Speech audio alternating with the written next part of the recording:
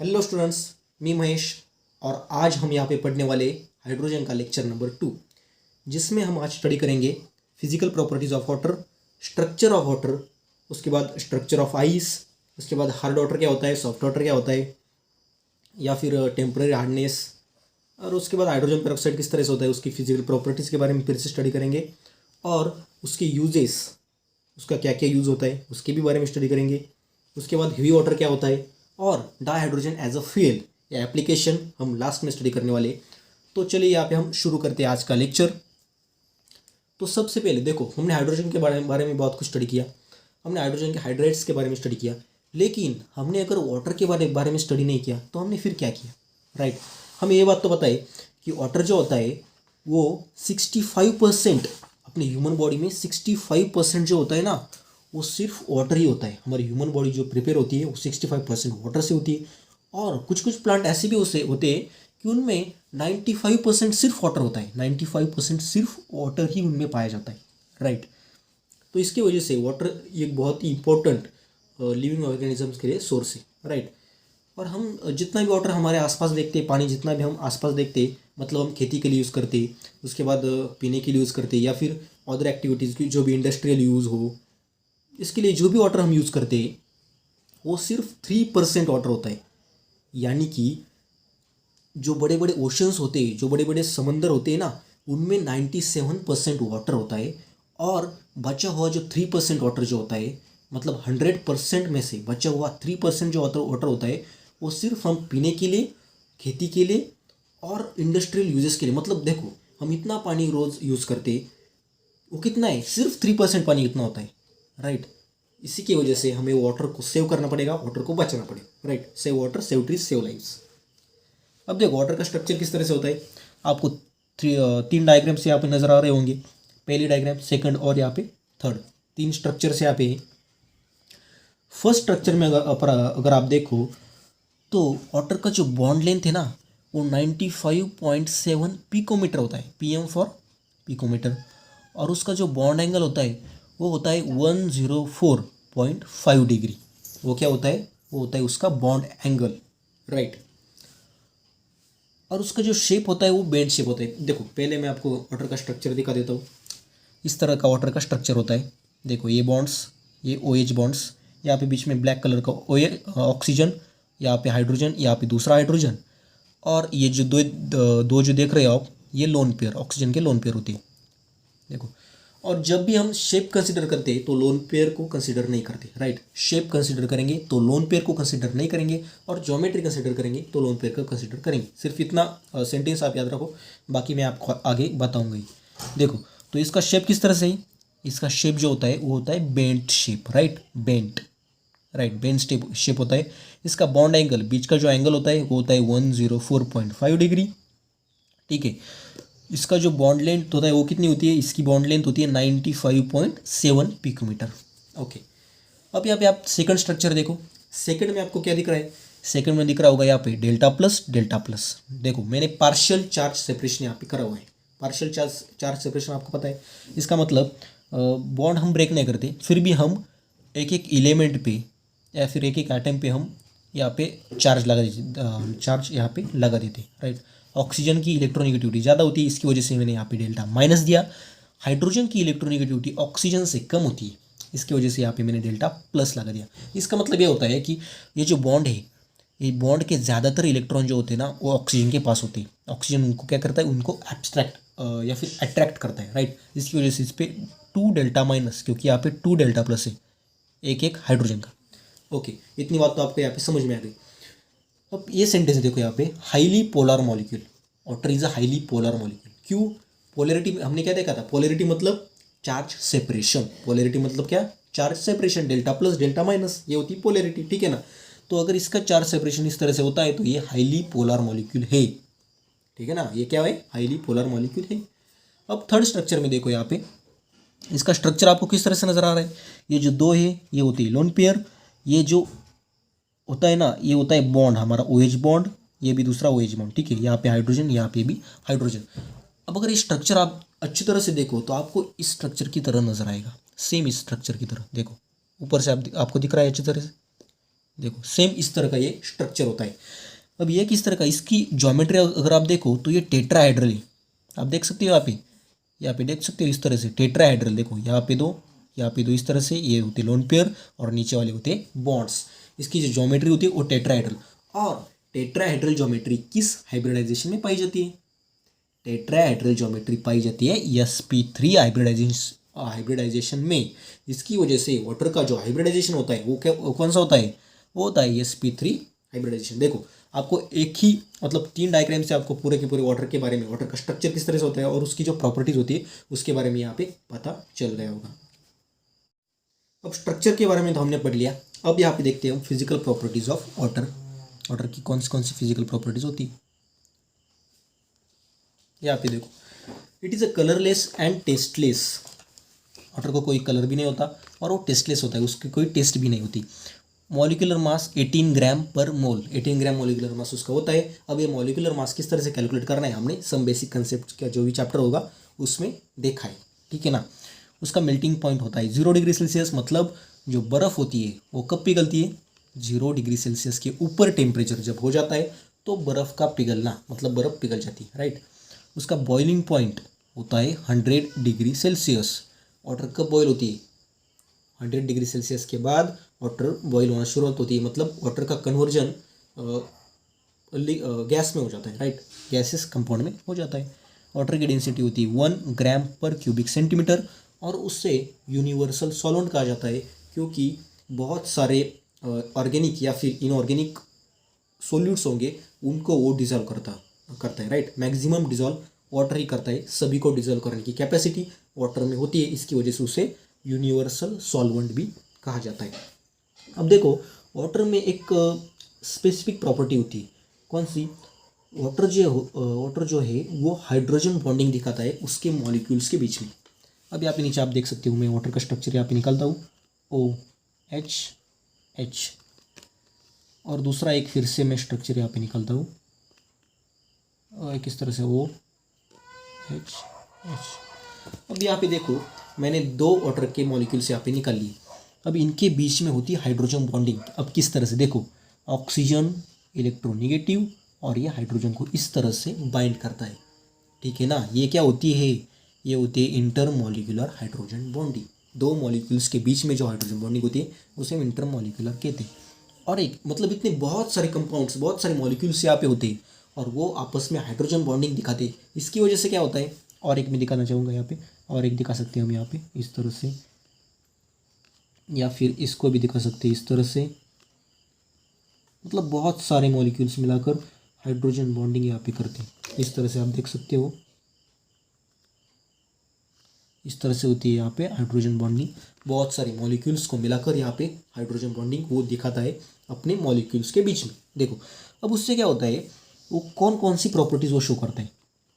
उससे एक तो वो हाई फ्रीजिंग पॉइंट दिखाता है, उसका फ्रीजिंग पॉइंट हाई होता है, उसका बॉइलिंग पॉइंट हाई होता है, उसका हीट ऑफ वेपराइजेशन हाई होता है, हीट ऑफ फ्यूजन हाई होता है, राइट। इतनी सब प्रॉपर्टीज़। उसके बाद वो हाई स्पेसिफिक हीट भी दिखाता है, हाई थर्मल कंडक्टिविटी भी दिखाता है और सरफेस टेंशन भी उसका हाई होता है, higher surface tension, high dielectric constant. ये सारी प्रॉपर्टीज़ केवल इस हाइड्रोजन बॉन्डिंग की वजह से ही वो दिखा सकता है या फिर दिखाता है। देखो अब हाई हीट ऑफ वेपराइजेशन और हाई हीट ऑफ कैपेसिटी से क्या होता है कि हमारा बॉडी टेम्परेचर को मेंटेन करने के लिए उसका यूज़ होता है। देखो हमें गर्मी में स्वेट आता है या फिर घाम आता है ना, तो घाम क्या होता है, हमारी बॉडी जब बहुत ज़्यादा गर्म हो जाती है तो उसको ठंडा और उसको कूल करने के लिए क्या होता है, वो घाम निकलता है। और वो जो घाम मतलब वो क्या होता है, एक तरह का वाटर ही होता है, वो अपनी बॉडी को कूल करने का काम वहाँ पे करता है।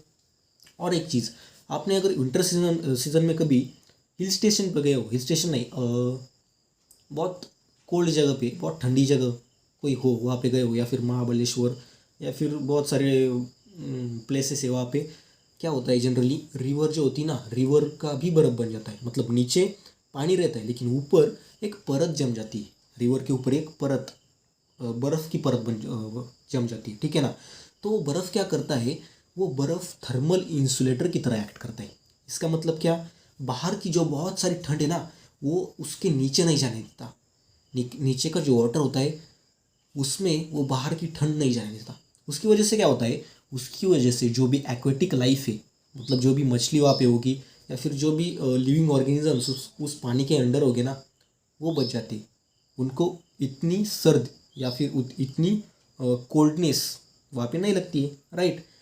तो वहाँ पे वो थर्मल इंसुलेटर की तरह भी एक्ट करता है वाटर, ठीक है। तो नेक्स्ट टॉपिक हम यहाँ पे शुरू करेंगे। नेक्स्ट टॉपिक हमारा होता है स्ट्रक्चर ऑफ आइस। ओके, आपको यहाँ पे स्ट्रक्चर नज़र आ रहा है। स्ट्रक्चर में आप देख सकते हो यहाँ पे ग्रीन कलर का जो है वो होता है ऑक्सीजन, और जो केसरी कलर या फिर ऑरेंज कलर का जो होता है वो होता है हाइड्रोजन, ठीक है ना। तो इस तरह से क्रिस्टलाइन स्ट्रक्चर होता है आइस का। यहाँ पे आप देख सकते हो crystalline form of water is called as ice. Okay, crystalline form of water is called as ice. It has a less density than water, water से कम डेंसिटी होती है। इसकी वजह से क्या होता है, जो बर्फ़ होती है वो पानी पे तैरती है। आप घर पे भी एक्सपेरिमेंट करके देख सकते हो। फ्रिज में बर्फ़ पड़ी होगी, थोड़ी सी बर्फ़ लेना और एक गिलास में पानी लेना, उस पर बर्फ़ डाल के आप देखना क्या होता है, बर्फ़ पानी पे तैरती है, ठीक है ना। क्यों, ऐसा क्यों होता है? क्योंकि उसकी डेंसिटी वाटर से कम होती है। और एक फैक्ट मैं आपको बताना चाहूँगा, हमारा जो सैटर्न ग्रह होता है ना, ये मैंने पहले भी बताया आपको, सैटर्न मतलब शनि ग्रह जो होता है ना, वो अगर पानी में डालो तो वो पानी पे तैरेगा। आप कहोगे कुछ भी कहते हो सर, ऐसा ऐसा भी कभी होता है क्या? अबे होता है, मतलब उतना पानी लेना। नहीं तो आप क्या करोगे, ये गिलास भर पानी लिया और उसमें मैं शनि ग्रह डालता हूँ, तैरेगा क्या?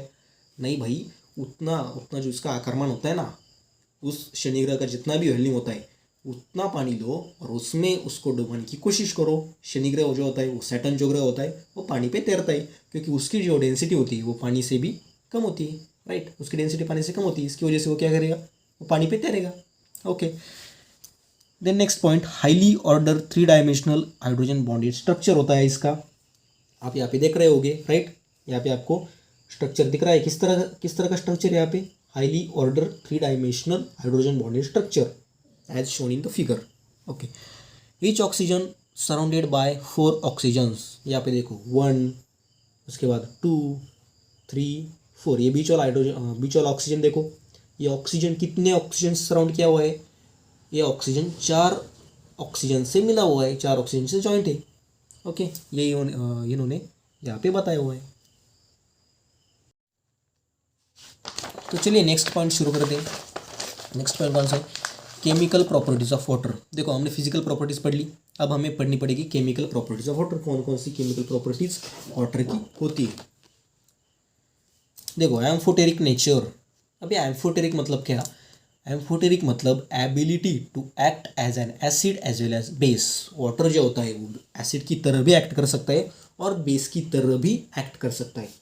अब आप यहाँ पे कहोगे कि एसिड का मतलब क्या और बेस का मतलब क्या, उसके लिए मैंने यहाँ पे देखो चिट्स बनाई हुई है।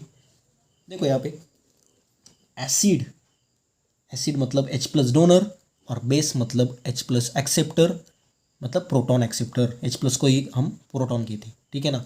ये होती है दो डिफिनेशंस, एसिड मतलब H+ डोनर, बेस मतलब H+ एक्सेप्टर। ओके, अब यहाँ पे देखो, यहाँ पे दोनों जगह पे आपको H2 नज़र आ रहा है, ठीक है। यहाँ पे NH3, यहाँ पे H2S। अब ये क्या करता है, एसिड एक जगह पे H2 एसिड की तरह एक्ट करेगा और एक जगह पे बेस की तरह एक्ट करेगा। यहाँ पे देखो H2 है और प्रोडक्ट में अगर आप जाके देखो तो यहाँ पे OH- बन चुका है, मतलब H+ क्या किया, एक्सेप्ट किया या डोनेट किया, H+ डोनेट किया, राइट। H+ डोनेट किया, इसका मतलब वो क्या हुआ, H+ डोनेट किया, इसका मतलब यहाँ पे वो एसिड की तरह एक्ट किया, ठीक है ना। यहाँ पे वो एसिड की तरह एक्ट किया। अब नीचे देखो H2O, यहाँ पे H2O था और यहाँ पे देखा आपने क्या हुआ, H3O+।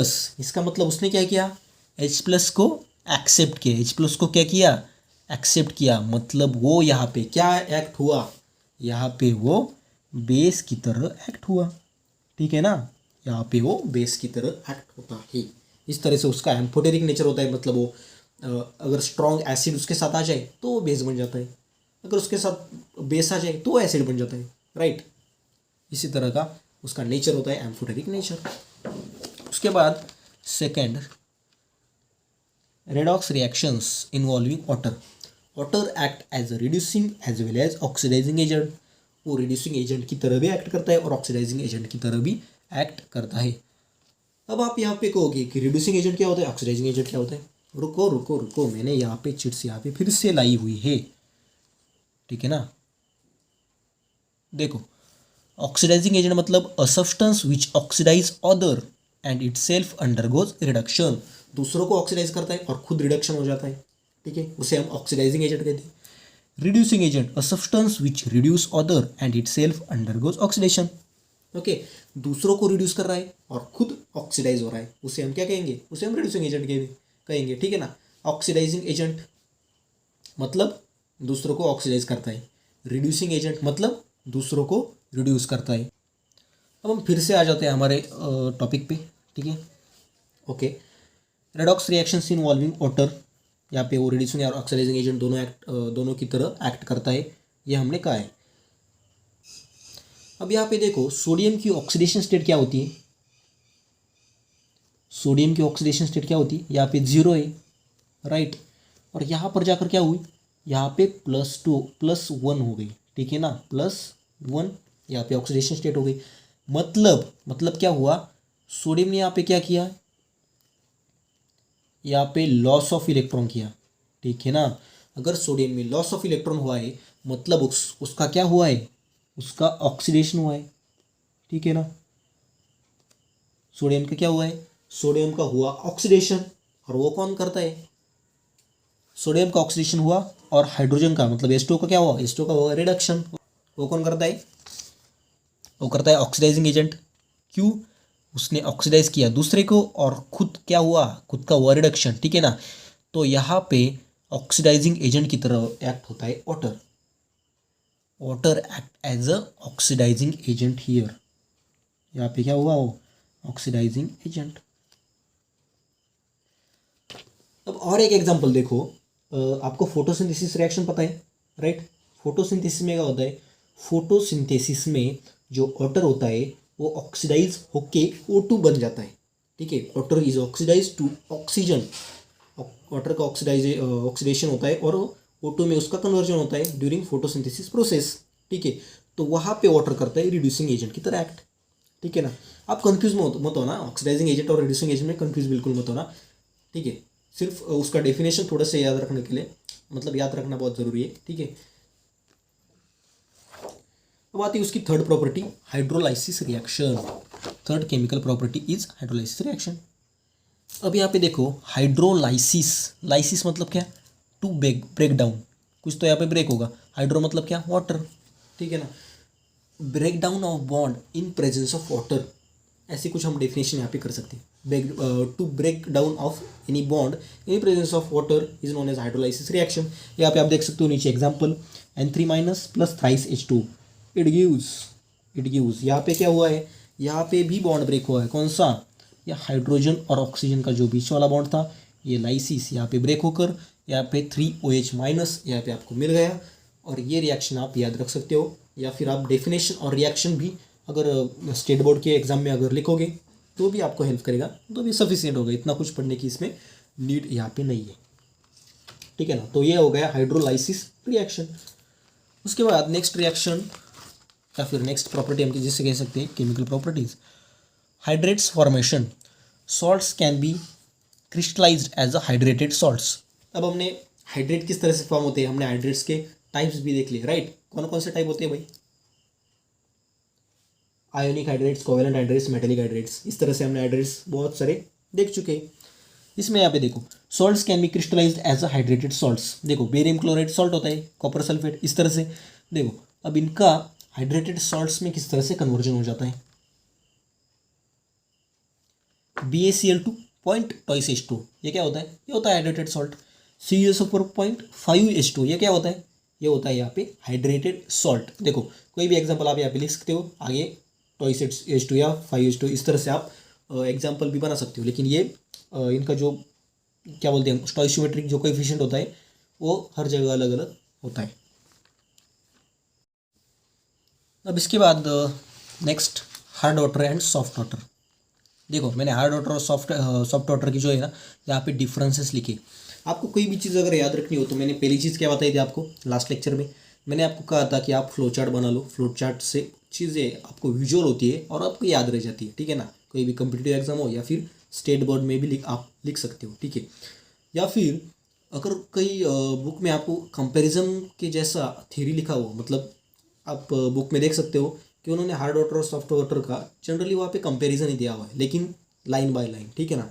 तो वो याद रख कैसे रखना है, वो इस तरह से आप याद रख सकते हो। 2 कॉलम्स बनानी है और उसमें आपको करना पड़ेगा उसका डिफरेंस वाले पॉइंट आपको बाजू मतलब साइड करने पड़ेंगे और वो यहाँ पे लिखने पड़ेंगे। इससे भी आपको चीज़ें बहुत अच्छी तरह से याद रह जाएंगी। सिर्फ इस चीज़ में क्या होता है, एक प्रॉब्लम होता है, कभी कभी हम क्या करते हैं, यहाँ की चीज़ कभी कभी यहाँ पे लिख देते हैं यहाँ की चीज़ हम कभी कभी यहाँ पे लिख देते हैं, तो वो गलती हमें नहीं करनी। तो कभी कभी क्या करना पड़ता है हमें, सिर्फ फॉर एग्जाम्पल आपको सिर्फ हार्ड वाटर के बारे में याद रखो, सॉफ्ट वाटर का भूल जाओ। सिर्फ अगर हार्ड वाटर के बारे में आपको याद रहा तो आप क्या करोगे, हार्ड वाटर का एग्जैक्टली अपोजिट, ठीक है ना, हार्ड वाटर का एग्जैक्टली अपोजिट कौन सा, वो कौन सा हो जाएगा, वो हो जाएगा सॉफ्ट वाटर के बारे में, ठीक है ना। तो इस तरह से हम याद रख सकते हैं और कन्फ्यूजन भी हमें चीज़ें समझने के लिए नहीं होगा। तो यहाँ पे देखो हार्ड वाटर की डेफिनेशन यहाँ पे और यहाँ पे सॉफ्ट वाटर की definition.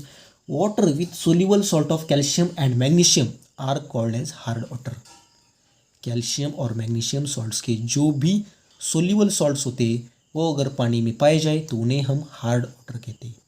Water free from soluble salts of calcium and magnesium are called as soft water. जिस वाटर में कैल्शियम और मैग्नीशियम सॉल्ट्स नहीं होंगे वो होता है सॉफ्ट वाटर, ठीक है। इतनी बात आपको समझ में आ गई यहाँ पे, okay. Does not give leather with soap. Hard water में क्या होता है, does not give leather with soap, और सॉफ्ट वाटर में क्या होता है, गिव लेदर विथ सोप। अबे लेदर मतलब क्या है, लेदर मतलब जो भी सोप का जो झाग होता है या फिर जो भी फेस बनता है, राइट, झाग बनता है सोप का, तो उसे हम लेदर कहते हैं, ठीक है ना। हार्ड वाटर में वो झाग बिल्कुल भी नहीं देता है या फिर कम देता है, और सॉफ्ट वाटर में अच्छी तरह से झाग बनता है। हम जनरली या फिर क्या कहते हैं, बात करने के लिए या फिर स्नान करने के लिए कौन सा साबुन यूज़ करते हैं, कौन सा वाटर यूज़ करते हैं, सॉफ्ट वाटर यूज़ करते हैं, ठीक है ना। हार्ड वाटर में क्या होता है, वो सोप हाथ को ही मतलब अपने हाथ में ही रह जाता है, वो कभी निकलता ही नहीं। मैं जब मामा के घर जाता था, यहाँ पे 7-8 किलोमीटर दूर मेरा मामा का घर है, तो वहाँ पे क्या होता है, वहाँ पे हार्ड वाटर पाया जाता है, मतलब खारा पानी होता है, और हमारे यहाँ गोड़ा पानी, राइट, मराठी में कहता हूँ डायरेक्ट, गोड़ा पानी खारा पानी, ठीक है ना। तो सॉल्टी वाटर जिसे हम कहते हैं वो वहाँ पे पाया जाता था, वही हार्ड वाटर था। तो मैं क्या करता था, अगर मैंने हाथ धोने हो तो मैं अगर वो साबुन हाथ में लगा लूँ तो वो निकलता ही नहीं था, वो इतना सॉल्टी वाटर होता।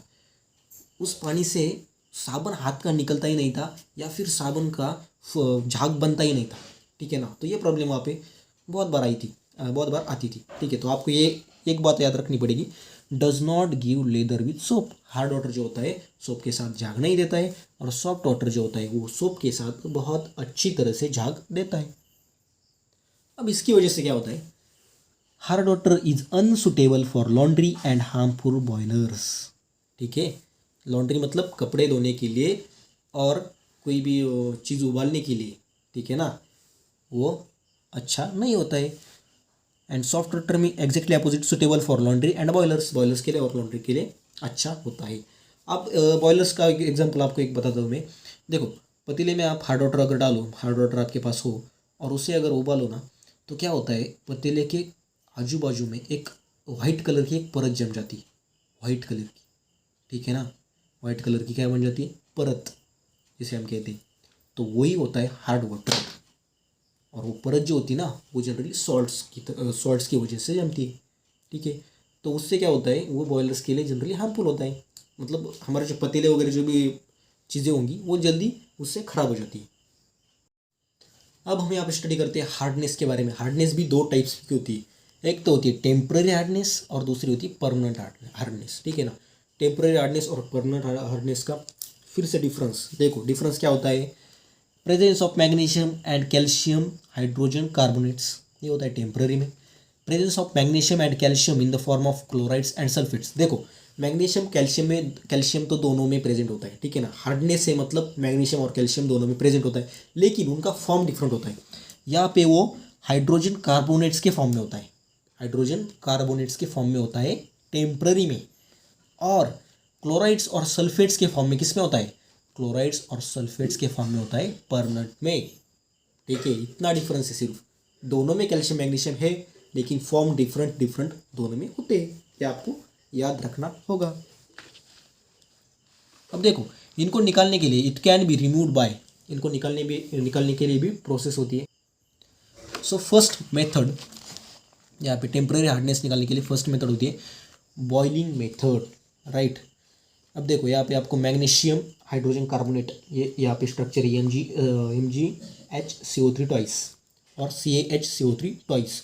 इनको अगर हीटिंग करें किसी पतीले में या किसी भी बॉयलर में, इसको हीट करना है, और हीट करने के बाद क्या होगा, ये जो MgHCO3 जो होगा ना, उसका कन्वर्जन MgOH2 में हो जाएगा।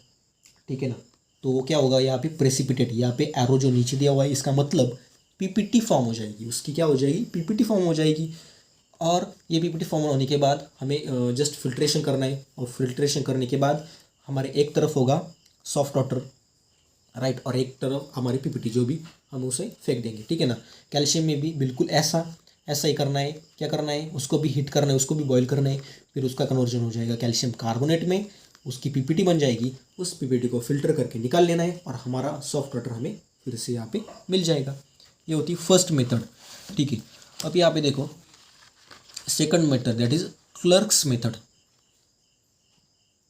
अब इसमें क्या करना है, इसमें उस वाटर में हमें लाइम को ऐड करना है। अब लाइम मतलब क्या, CaOH2, ठीक है ना, उससे क्या कहते हैं, उससे हम कहते हैं लाइम।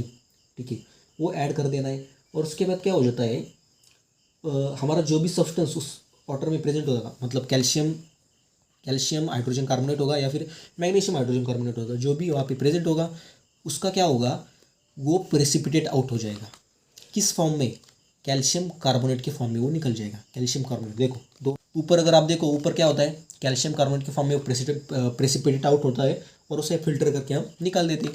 और नीचे अगर आप देखो तो कैल्शियम कार्बोनेट भी PPT बनता है और मैग्नीशियम हाइड्रोक्साइड की भी PPT यहाँ पे बन जाती है।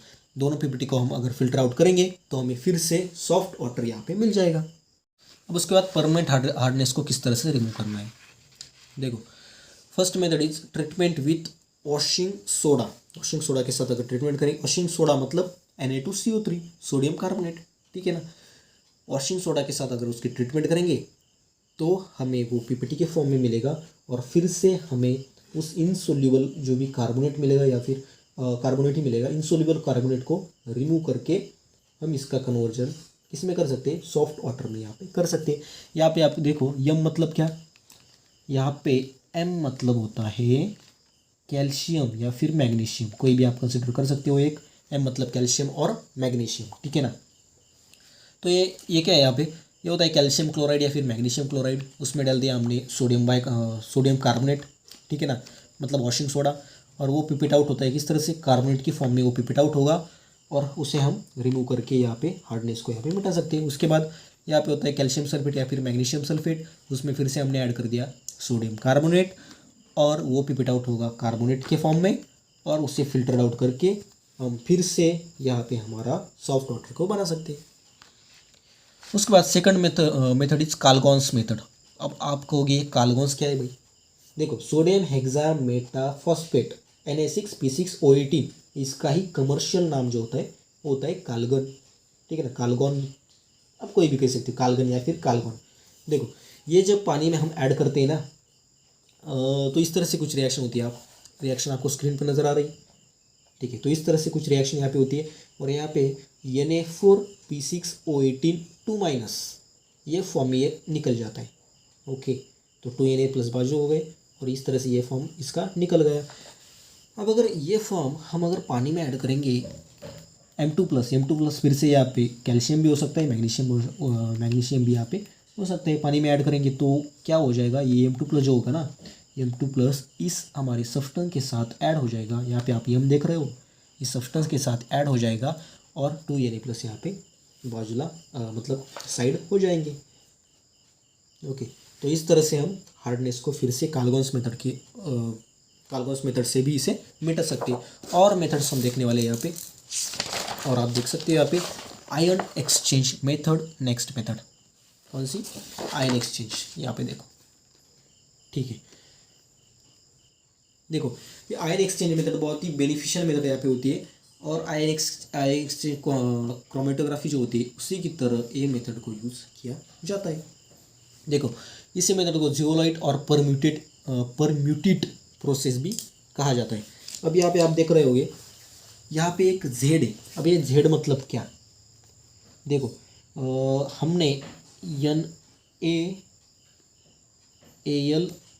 NaAlSiO4 right, sodium aluminium silicate, ये जो स्ट्रक्चर है ना, ये NaAlSiO4, इसका मतलब होता है सोडियम एल्यूमिनियम सिलिकेट। इसका ही शॉर्ट फॉर्म लिखा है यहाँ पे NaZ, ये आप समझ लेना। यहाँ पे शॉर्ट फॉर्म क्या लिखा है हमने, NaZ लिखा है, ठीक है। तो हम अब क्या करेंगे, इस सब्सटेंस को, मतलब ये जियोलाइट जो होता है, इसको हम क्या करेंगे, इसको हम ऐड करेंगे वाटर में। यहाँ पे देखो एक्वियस वाटर में ऐड करके फिर क्या हो जाएगा, ये जो सोडियम है ये सोडियम रिप्लेस हो जाएगा। अब एक वाटर में ऐड करना है, किस तरह से ऐड करना है, देखो ये आयन एक्सचेंज मेथड में जनरली एक कॉलम होता है, और कॉलम में क्या फील होता है, कॉलम में हमारे जो भी आयन एक्सचेंजर होते हैं, कैटायन एक्सचेंजर या फिर एनायन एक्सचेंजर, जो सब्सटेंस होते हैं ना वो फिलअप किए होते हैं। देखो अब हमें यहाँ पे क्या करना है, हमें यहाँ पे कैटायन को एक्सचेंज करना है। देखो यम मतलब क्या, M2+ कैटायन, कैल्शियम 2+ या फिर मैग्नीशियम 2+, कैटायन एक्सचेंजर यहाँ पे फिलअप किया होता है। और वो क्या करता है, वो सोडियम, देखो यहाँ पे इस तरह से यहाँ पे कॉलम बना होता है, ठीक है ना। यहाँ पे होते हैं सोडियम, मतलब उस जो रेजिन या फिर जो एक्सचेंजर होता है, यहाँ पे Na+ होते हैं। और ऊपर से हम क्या करते हैं, ऊपर से इससे यहाँ से हम हमारा जो भी वाटर है उसको ऐड करते हैं इस कॉलम में, ठीक है ना। ऊपर से हम वाटर को ऐड करेंगे, और जिस तरह से हम वाटर को ऐड करते करते जाते, नीचे आते आते उसका क्या हो जाता है, उसका कन्वर्जन, मतलब वाटर से जो भी हमारा Mg2+ और Ca2+ जो होता है ना, वो इस रेजिन से रिप्लेस हो जाता है, उस Na+ से रिप्लेस हो जाता है, ठीक है ना। तो Na+ नीचे आ जाता है, Na+ और वाटर से वो क्या होता है, रिप्लेस होता है। मतलब इस सॉल्यूशन में हमें क्या क्या मिलेगा, Na+ तो होगा ही, और साथ में क्या होगा, साथ में वाटर होगा जो कि मैग्नीशियम और कैल्शियम से फ्री होगा। इतनी बात आपको समझ में आई। यहाँ पे सिर्फ मैंने क्या किया है, यहाँ पे सिर्फ इस Na+ से Mg2+ को रिप्लेस किया है। मतलब यहाँ पे देखो, यहाँ पे Na+ था पहले, यहाँ पे Mg2+ इस तरह से लटक गया, ठीक है ना। इस तरह से Mg2+ इस तरह से लटक गया, और नीचे आते आते क्या हुआ, Na+ और जो हमारा वाटर है वो नीचे हमें हमारे फ्लास्क में मिल गया। इस तरह से होती है आयन एक्सचेंज मेथड। आगे की भी मेथड बिल्कुल सेम है। आगे देखो आप, synthetic resin method, same ion exchange की तरह ही होती है। मैंने यहाँ पे फिर से यहाँ पे मैं आपके लिए कॉलम अच्छी तरह से बना देता हूँ।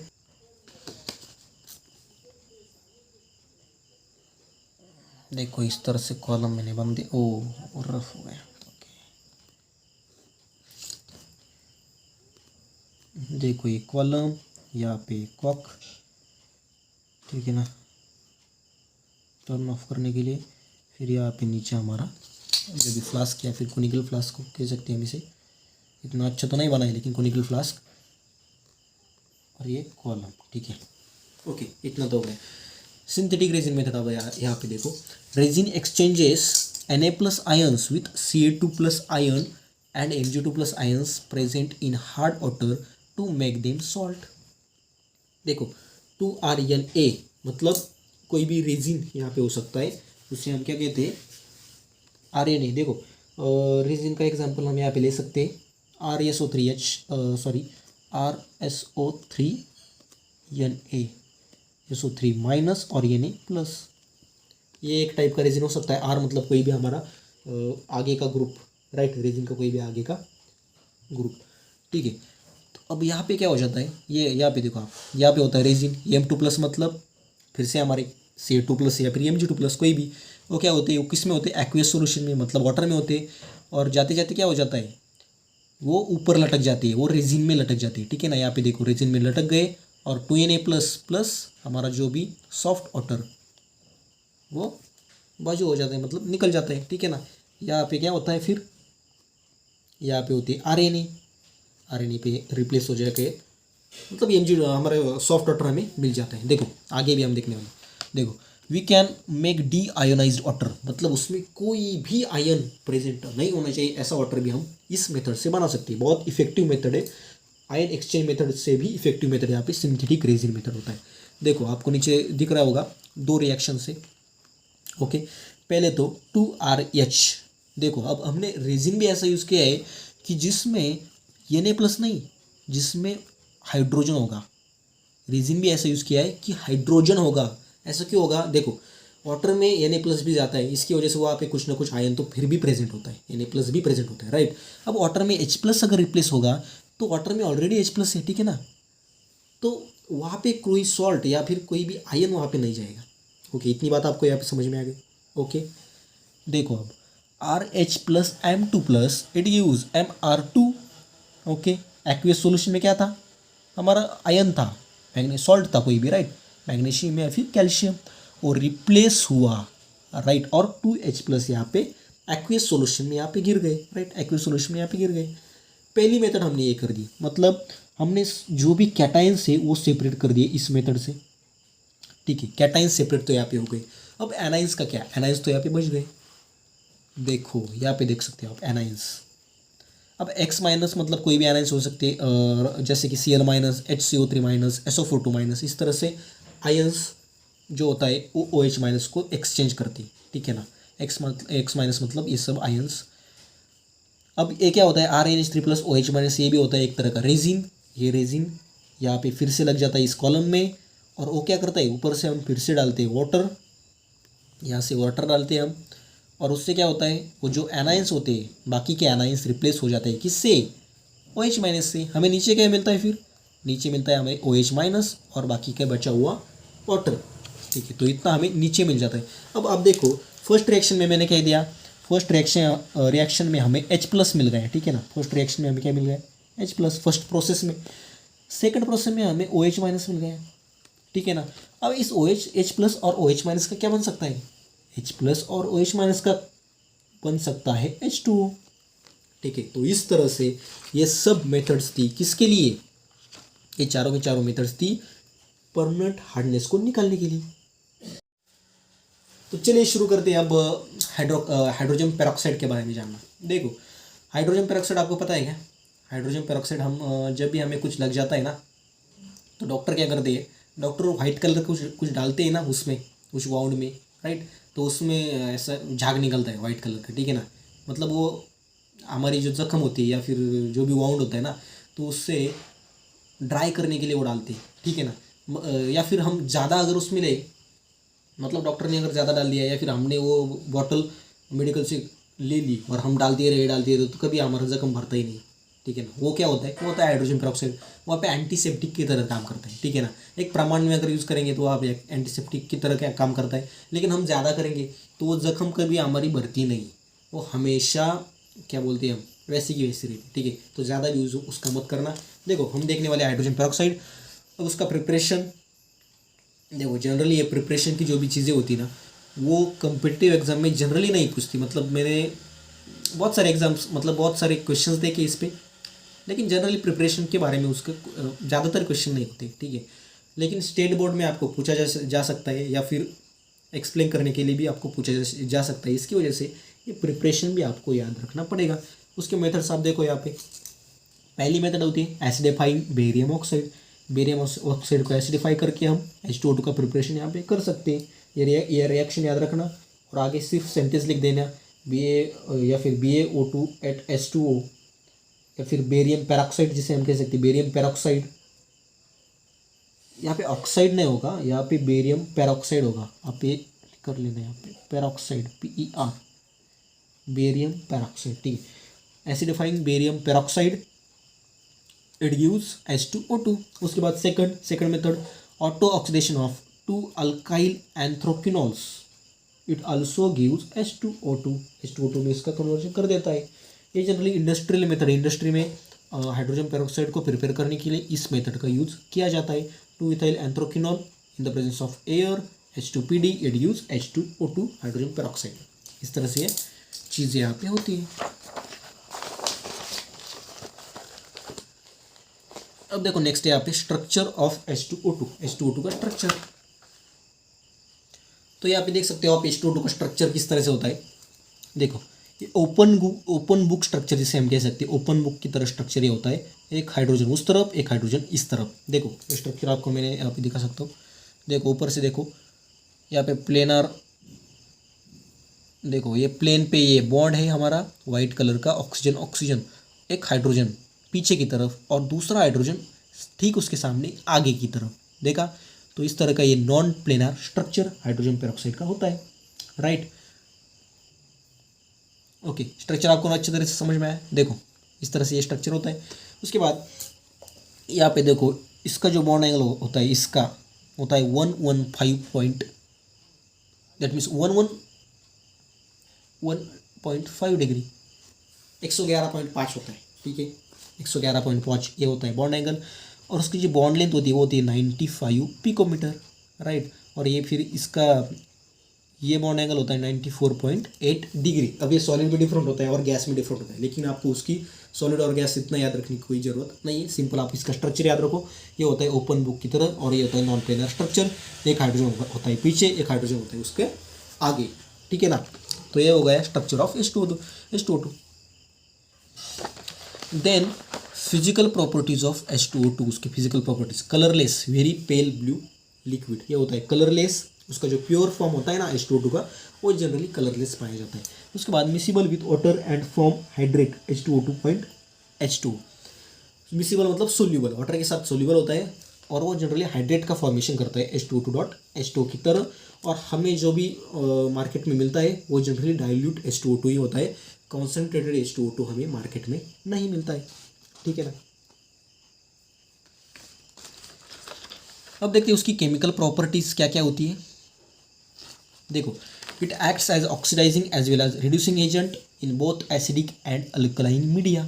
देखो बिल्कुल वाटर की तरह ऑक्सीडाइजिंग और रिड्यूसिंग एजेंट दोनों की तरह एक्ट करता है इन both acidic and alkaline media, ठीक है ना। दोनों एसिडिक और अल्कलाइन मीडिया में वो एक्ट करता है। अब यहाँ पे देखो ऑक्सीडाइजिंग और रिड्यूसिंग एजेंट की डेफिनेशन आपको पता है, हमने पहले देख चुके हैं हम ऑक्सीडाइजिंग एजेंट किस तरह से होता है, रिड्यूसिंग एजेंट किस तरह से होता है। ऑक्सीडाइजिंग एजेंट दूसरों को ऑक्सीडाइज करता है।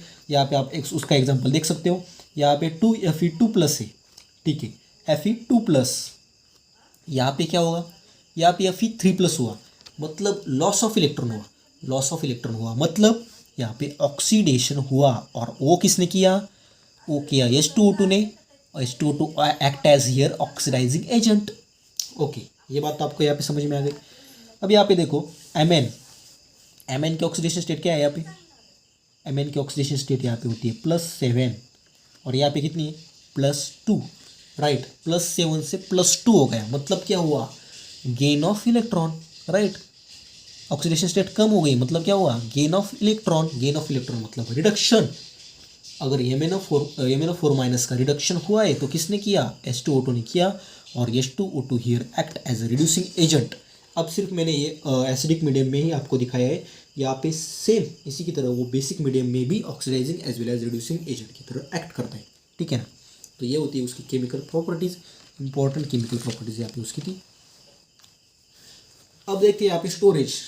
H2O2 को स्टोर किस तरह से किया जाता है।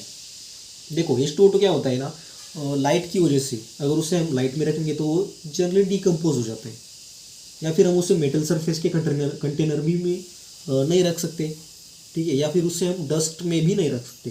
देखो तो रखना कहाँ है, उससे हम वैक्स लाइन ग्लास में स्टोर करते या फिर प्लास्टिक वेसल्स में, वो भी डार्क, वो भी अंधेरे में उसे स्टोर किया जाता है। Here urea act as a stabilizer और केप्ट अवे फ्रॉम डस्ट। ये तीन यहाँ पे इंपॉर्टेंट टेक्निक्स यहाँ पे है, इन तीनों से उन्हें बचा कर रखना पड़ता है। ओके, इस तरह से उसे स्टोर किया जाता है। तो चलिए अब हम देखते हैं uses of H2O2, hydrogen peroxide के कौन कौन से यूजेस होते हैं। देखो, first use in daily life it is use as a hair bleach and as a mild disinfectant, as an antiseptic. It is sold in market as perhydrol. देखो bleach की तरह भी एक्ट करता है, और मैंने पहले आपको बता दिया था कि वाउंड अगर कोई भी जख्म हो जाए तो उसमें एंटीसेप्टिक की तरह भी ये एक्ट करता है, और मार्केट में पर हाइड्रोल नाम से वो मिल जाता है, ठीक है। तो second use, it is use to manufacture chemicals like sodium perborate and percarbonate which are used in high quality detergent. Detergent में जो यूज़ किए जाते हैं सोडियम परबोरेट और परकार्बोनेट, उनको प्रिपेयर करने के लिए भी H2O2 का यूज़ यहाँ पे किया जाता है। उसके बाद नेक्स्ट उसका use, it is use in synthesis of hydroquinone, tartaric acid and certain food products and pharmaceuticals. Hydroquinone और टार्टरिक एसिड के सिंथेसिस में भी उसका यूज़ किया जाता है और फार्मास्यूटिकल प्रोडक्ट को प्रिपेयर करने के लिए भी H2O2 का यूज़ यहाँ पे किया जाता है। उसके बाद it is employed in industries as a bleaching agent for textiles, paper pulp, leather, oils and fats. देखो इन बहुत सारी इंडस्ट्रीज में ब्लीचिंग एजेंट की तरह एक्ट करता है। कौन कौन सी इंडस्ट्रीज है वो? टेक्सटाइल इंडस्ट्रीज में, पेपर पल्प इंडस्ट्री में, लेदर इंडस्ट्री में, ऑयल्स और फैट्स इंडस्ट्री में भी वो ब्लीचिंग एजेंट की तरह एक्ट करता है। Nowadays it is also used in environmental chemistry, मतलब green chemistry, for example in pollution control treatment of domestic and industrial effluents, oxidation of cyanides, restoration of aerobic conditions to sewage wastes। देखो इन दिनों में वो environmental chemistry में भी use किया जाता है, जैसे कि पोल्यूशन कंट्रोल ट्रीटमेंट में जो डोमेस्टिक यूज़ होते हैं उसमें, या फिर ऑक्सीडेशन ऑफ साइनाइड्स। देखो साइनाइड्स बहुत पॉइजनस मटेरियल होता है, ये आपको पता ही होगा, ठीक है ना। तो उसका ऑक्सीडेशन करने के लिए भी H2O2 का यूज़ किया जाता है। रिस्टोरेशन ऑफ एरोबिक कंडीशंस, मतलब ऑक्सीजन लेवल को रिस्टोर करने के लिए। एरोबिक मतलब ऑक्सीजन, ठीक है ना, ऑक्सीजन। एरोबिक कंडीशन मतलब इन presence of oxygen. Aerobic condition maintain करने के लिए सेवेज वेस्टेज में भी इसका यूज़ किया जाता है, ठीक है। तो यहाँ पे मैंने 1 बाय 1 जो 5 यूज़ है वो एक ही PPT में, एक ही स्लाइड में यहाँ पे बनाई है। आपको अगर लिखना है तो लिख लीजिए, या फिर आप इसका स्क्रीनशॉट भी यहाँ पे ले सकते हैं, ठीक है। तो ये थे यहाँ पे यूजेस ऑफ H2O2। अब देखते हैं हेवी वाटर।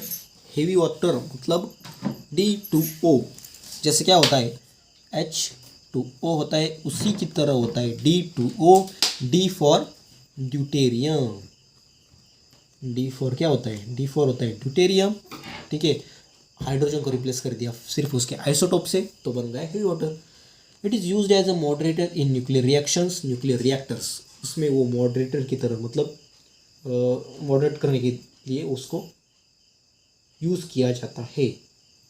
और बहुत सारे एक्सचेंज रिएक्शन में, in exchange reactions to study reaction mechanism. देखो SN1 रिएक्शन में, SN2 रिएक्शन में, इस सब रिएक्शन में उसे मॉडरेटर की तरह एक्ट किया जाता है।